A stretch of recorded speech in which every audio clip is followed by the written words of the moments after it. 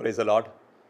Dear friends, welcome to the Bible pilgrimage, a journey through the Bible, from the creation to the new creation, from paradise to the new Jerusalem, the new heaven and earth.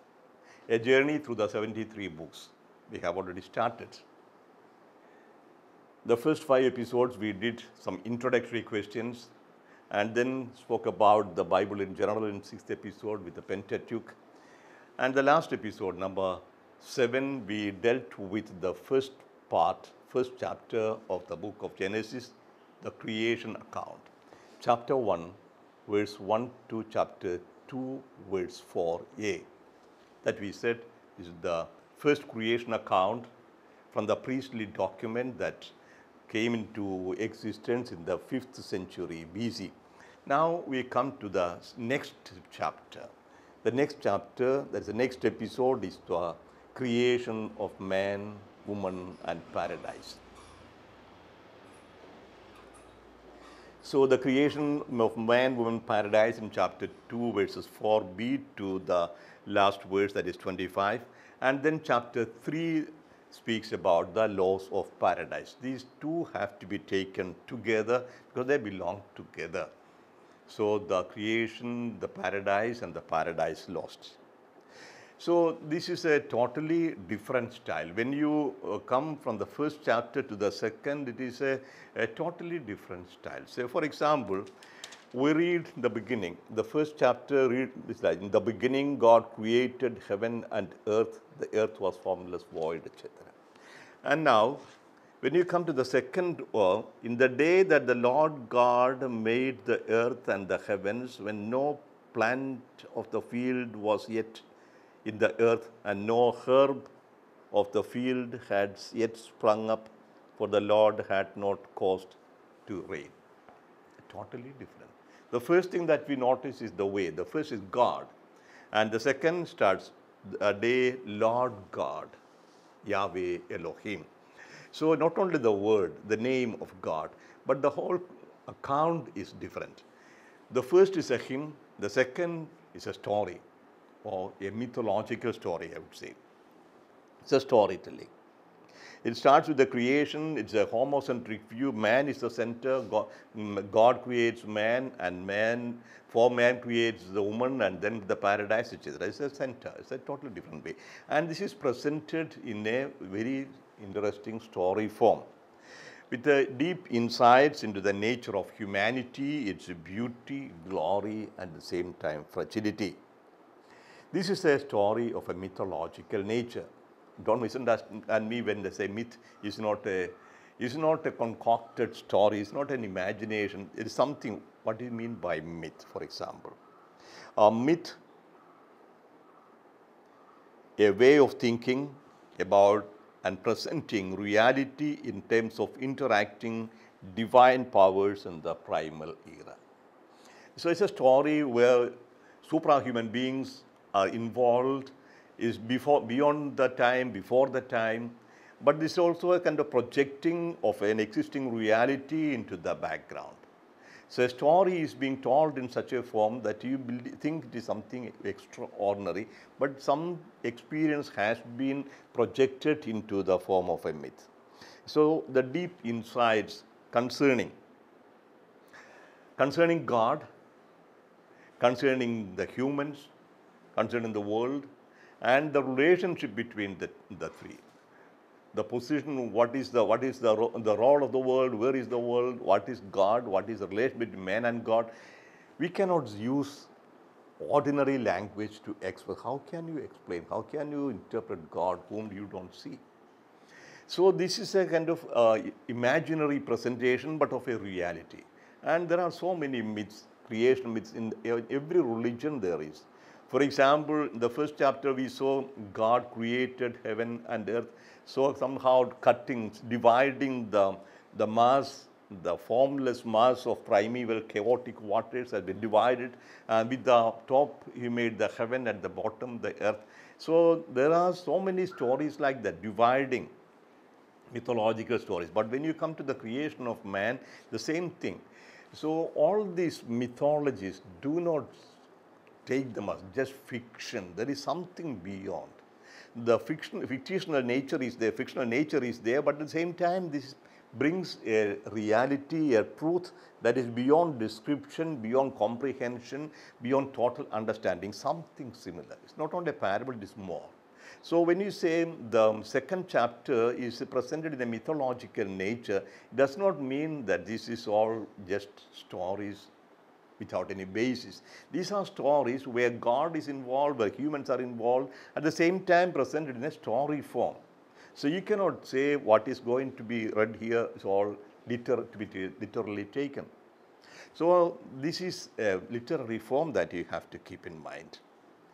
So we have we have the creation of man, the creation of the paradise, and how the paradise is lost.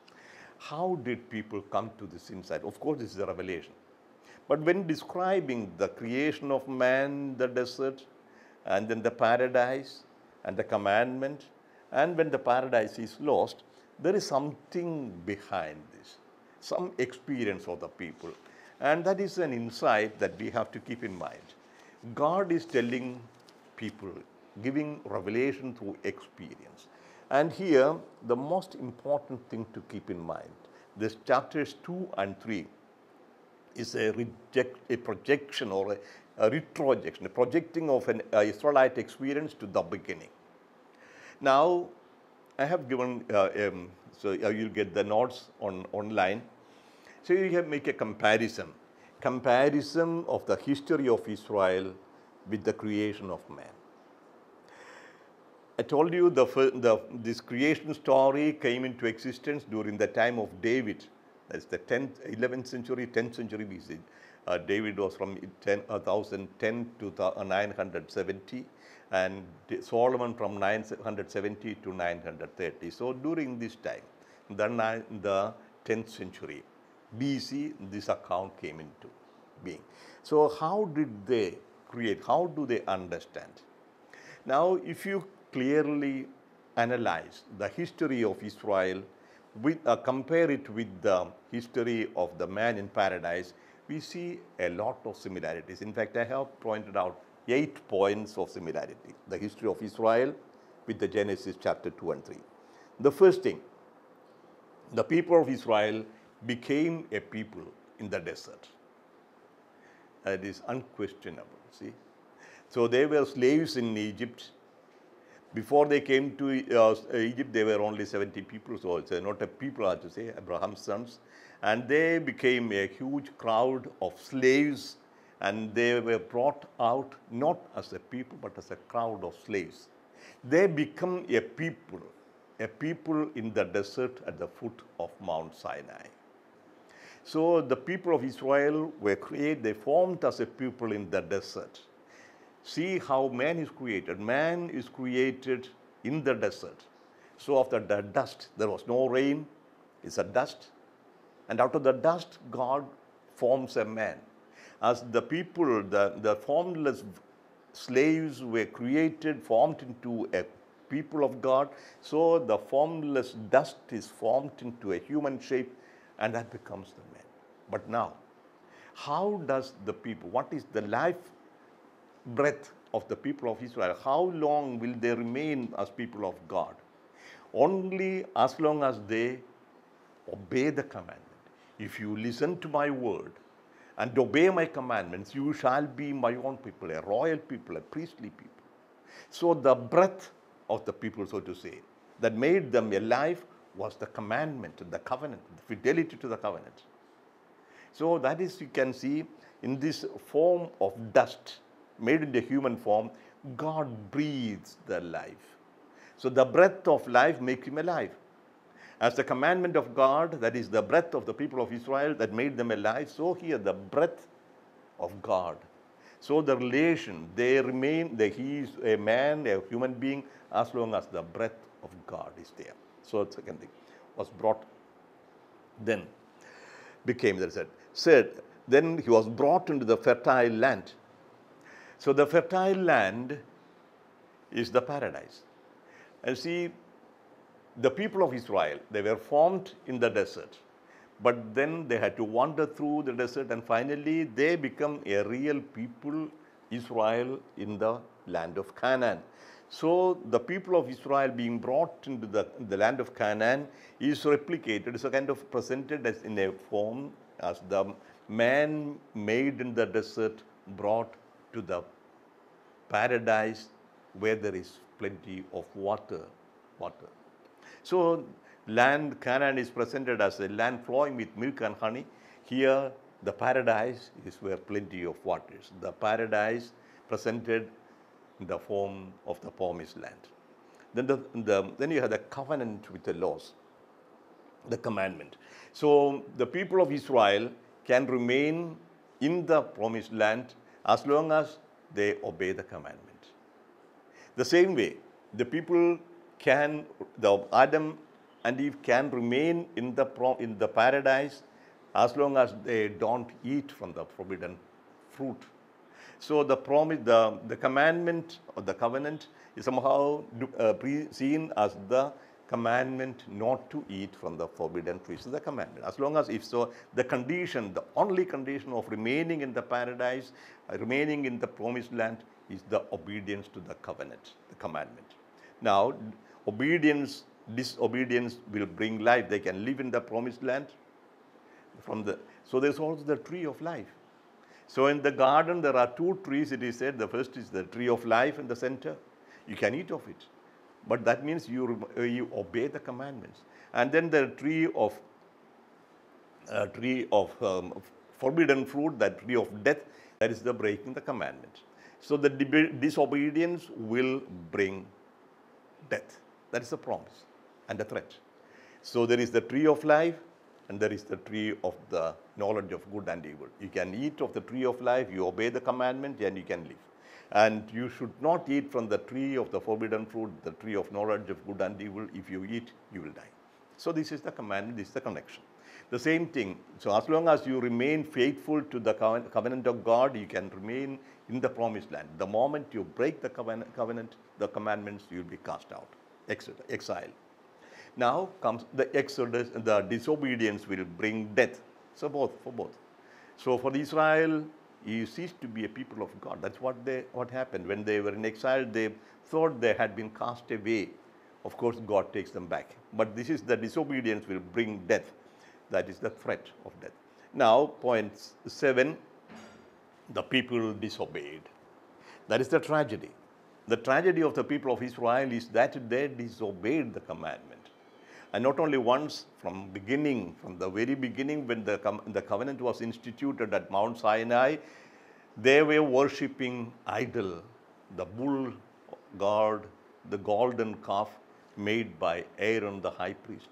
So when God was giving the covenant and commandments to Moses on the Mount Sinai, the people were worshipping a golden calf under the leadership of Aaron, so that they broke the covenant. The same thing, the people, Adam and Eve, they broke the commandment by eating the forbidden fruit. See the same thing. Now, what happens? The people who broke the covenant, they were cast out again into the desert. In Babylon, the exile. They will be put out in the exile. The same thing happens, you are cast out.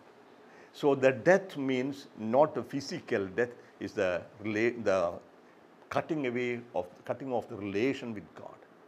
It is the breath of God that gives you alive.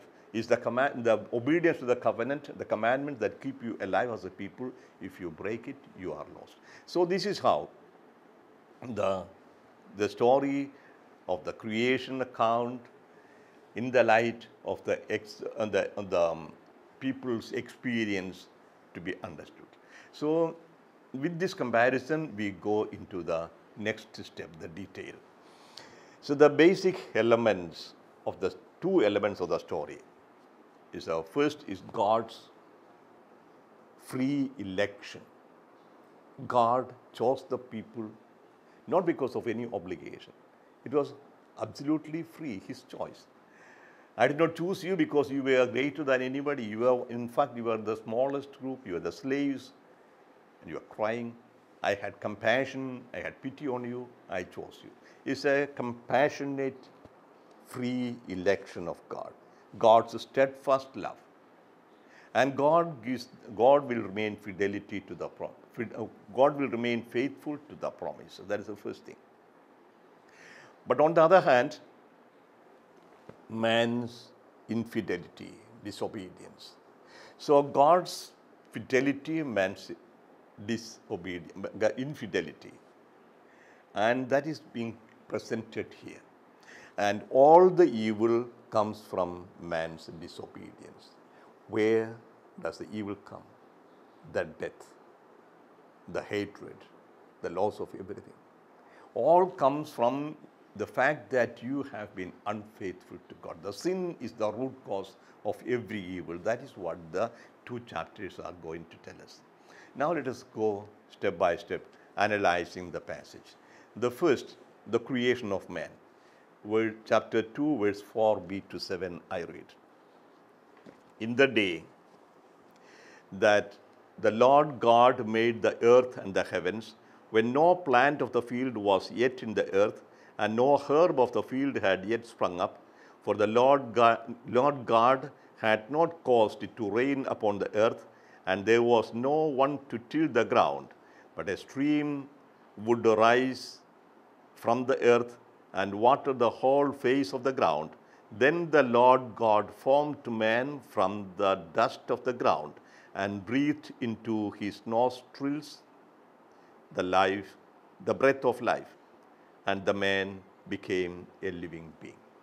A long sentence, but it's a presented one thing. The human, how is this created? There's nothing else.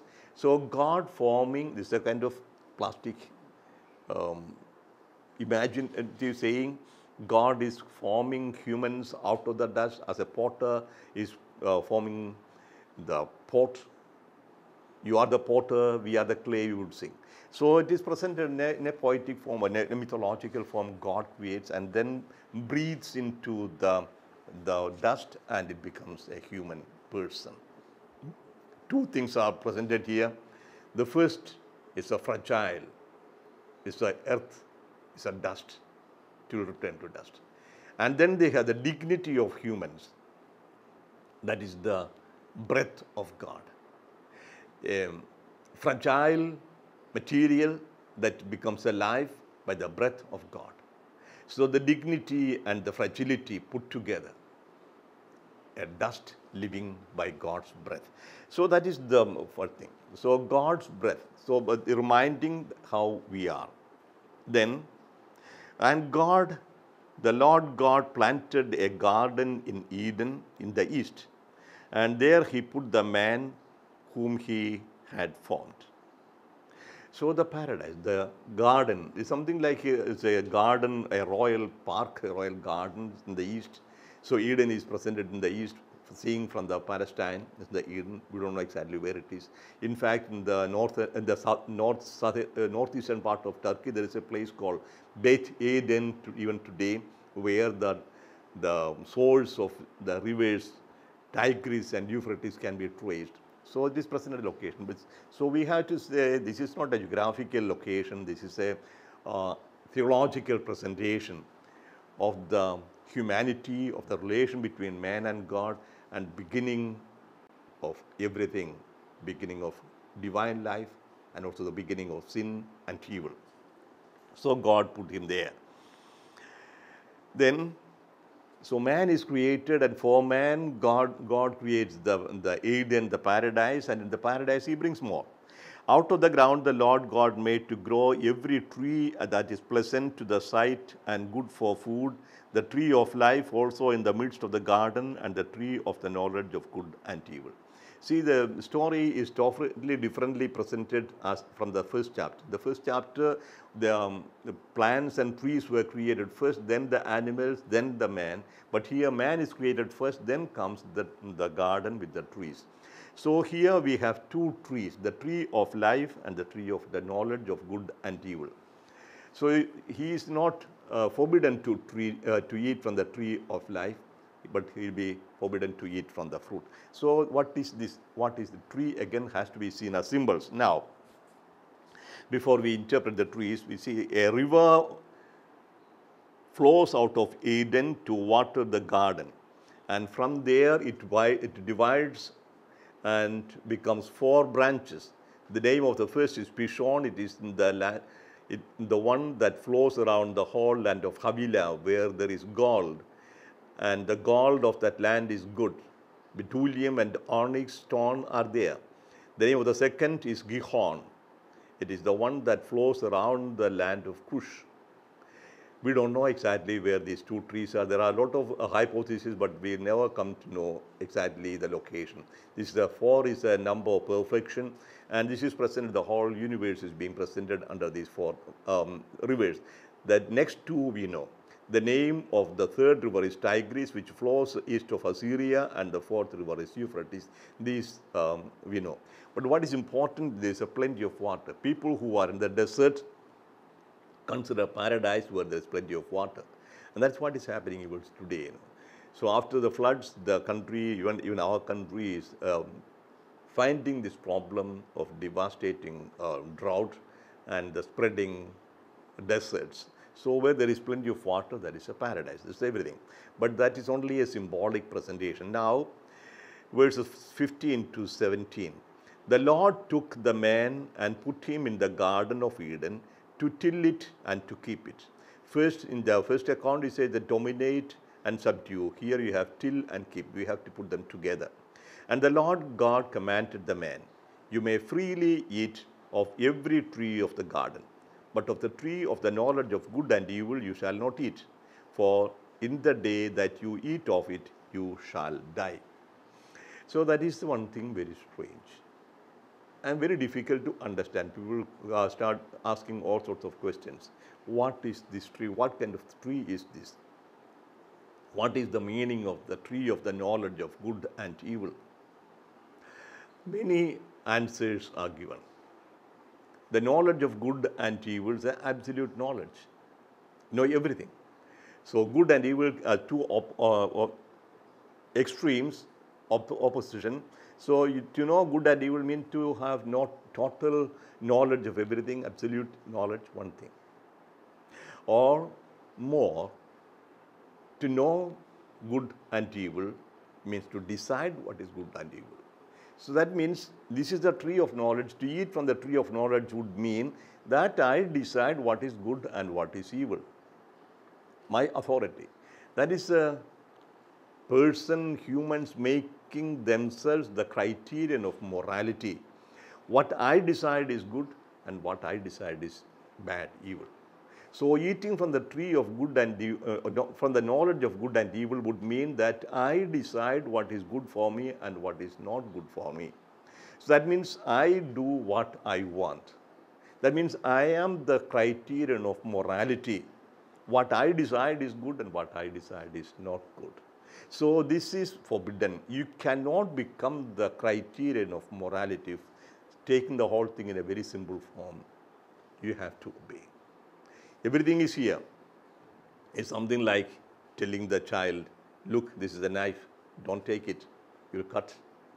So instead of believing the mother, the child takes and experiments and he cuts. It's the same thing. So in a very simple form of saying this, so this is a story form. This is the tree, don't eat it. Why? If you eat, you will die. So if the man really believed in God as his master, as his Lord, as his father, he would have obeyed. Now here comes, the temptation comes later, but this one thing is here, you are limited.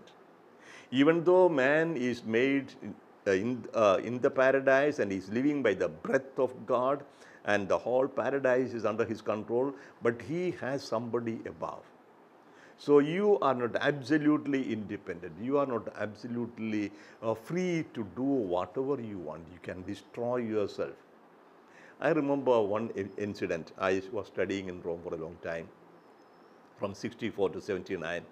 And when I came back, I had brought with me a tape recorder with a spool. And I put it here on the switch, and I switched on, and the coil was burnt. Because in Rome, we used the electricity 110 volt. And here in Kerala, we had 220. I did not know that. So I did not know that this apparatus was not capable of taking that heavy load of 220 volts. In fact, it is written 120, 110, don't use the, or that. It means I cannot blame the electricity board for sending this 220 current. It is already there. I cannot blame the people who made the tape recorder for 120. It is already there. So it is my own fault. I should have known that this apparatus can take only so much. The same way, you are not your own master. I am not my own maker. I am made by God, created. And what I am, what I should be is decided by God. How much I can take, how much I cannot take. So this is only a very simple way of telling you are not an absolute person. You are subject to laws and regulations, limitations. Accept God as your Father, accept God as your Lord, and obey His word. If not, you will die. So that's what I said from the beginning. The covenant. The covenant, God made the people, the slaves, into a people of God and gave them the covenant, the commandments. If you want to stay in this land of mine, you have to obey the commandments. It will be thrown out. So this is the thing. So you have to obey. So don't go on asking if it is an apple or a pear or what fruit. Cannot ask if you eat a fruit, will you die, or if it's a poisonous fruit, yes. So this is storytelling, and that has to be understood as such, and there is nothing wrong. So there is the tree of life, you can eat of it, but this you cannot eat. So that is good. And he has a responsibility to keep the garden. So you are the master, you keep the garden, but as I command you. Now, verse 18 following. Then the Lord God said, it is not good that man should be alone. I'll make him a helper as his partner, a suitable partner. So far, only man. Now God asks for companionship. Then we see the whole animals are being bred. So out of the ground, the Lord God formed every animal of the field and every bird of the air and brought them to the man to see what he would call them. And whatever the man called every living creature, that was its name. The man gave names to all the cattle and to the birds of the air and every animal of the field. But for the man there was not found a helper as his partner. Two things to keep in mind. Man is allowed to give the names. So giving name means making my own. If you buy a book, I write my name and say it is mine. So God has given all the creatures to him, to the man. So you are the master. You have to keep them. You shall never bow before them. You are not to be a slave to them. You have to use them. You can keep them. You have to be a shepherd like a sheep. So no created thing or creature should take the form of a lord. So it is yours. So you shall not be a slave to any created thing. So not to wealth. So everything is considered as wealth, but you should be over and above this. And nothing of this will satisfy you. What is needed is a companionship. So you shall not worship, you shall not bow down the material wealth. At the same time, you have to wait for this partner. So no idol worship. So the Lord caused, verse 21, the Lord caused a deep sleep to fall upon the man, and he slept. Then he took one of the ribs and closed up its place with flesh. And the rib that the Lord God taken from the man, he made into a woman and brought her to the man. Then the man said, this at last is bone of my bones and flesh of my flesh. This one shall be called woman, for out of man this one was taken. So this is the creation of woman. Again, note the difference between the other creatures and the woman. The woman is taken from the rib of man, means the unity, the inseparable unity between man and woman. And she has been brought to man. The rib was taken when he was asleep. Can we ask, is the first surgery that God has made? It's only story form, we have to say. First of all, there is a mystery in the relationship between man and woman, the human creature. So this is a mysterious relationship, but at the same time, there is a unity between the two. There is an equality and unity and also indivisibility. Here is a man and a woman. A man and woman who have to be helper, mate, a companion to each other. In the first creation account, the purpose of creating man and woman was with the procreation in mind. Reproduce, fill the earth with children. So the procreation as the most important purpose of man and woman marriage. Here we have the same, another count, another purpose, that is companionship. So these two have to be kept in mind. Why God created man and woman different? They have to be together, they have to love, they have to help each other, they have to live together, they have to reproduce children, procreate and become fruitful and fill the earth. So the procreation and unity of the man and woman. One man, one woman. Unity, indivisibility. There's no separation. So they become one man, one woman.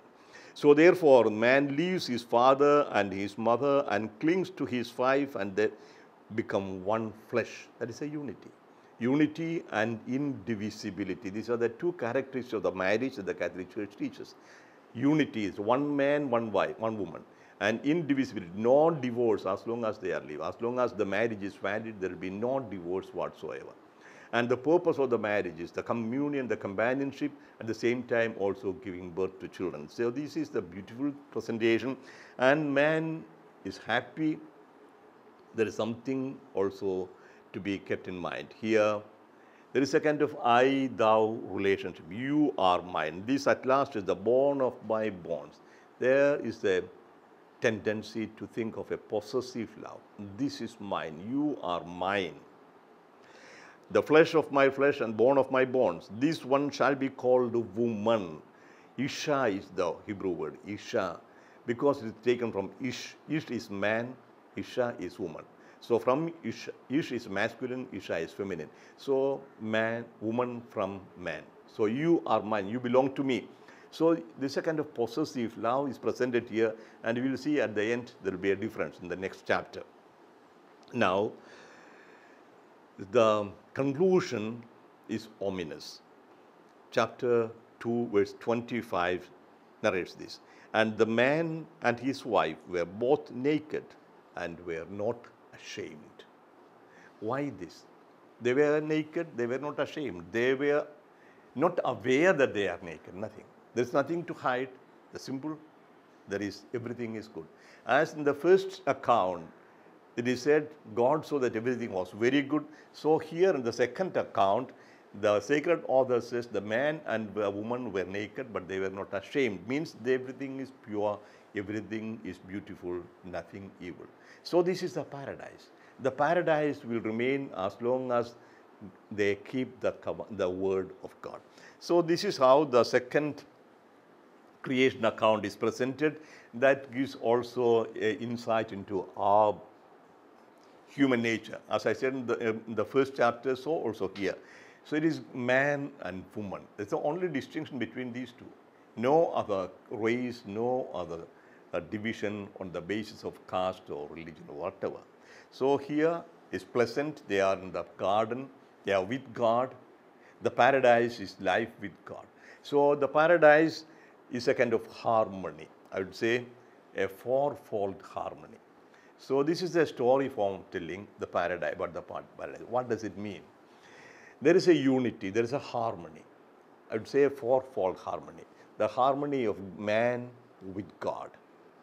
Is God's breath that he is breathing, and God has made him, God has given him the paradise. You have to obey the commandments of God.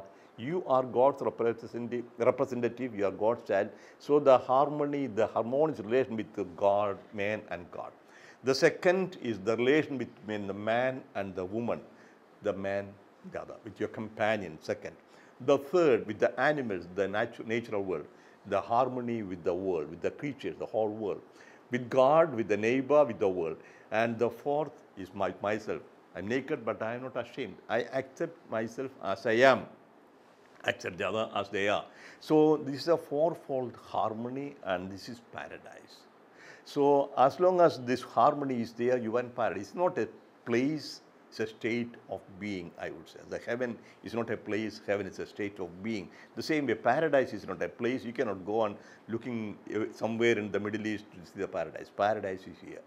And Jesus said, you shall be with me in paradise, to the dying robber. So paradise is a state of being, and that state of being is fourfold harmony. When your life is in harmonious union with God, with the neighbor, with the nature and yourself, and that is a beautiful, that's how God created. Now we will see how it is all broken. That we'll see in the next class. So now let us conclude with a prayer. Heavenly Father, we thank you for this great revelation of our dignity and fragility, that we are dust and we are living because of your breath of life. Thank you, Father. Thank you for calling, thank you for enabling us to call you Father, enabling us to live by your Spirit, making us your children. Enable us always to remain faithful to your commandments, not be tempted to eat from the forbidden fruit. Father, we make this prayer through Christ our Lord.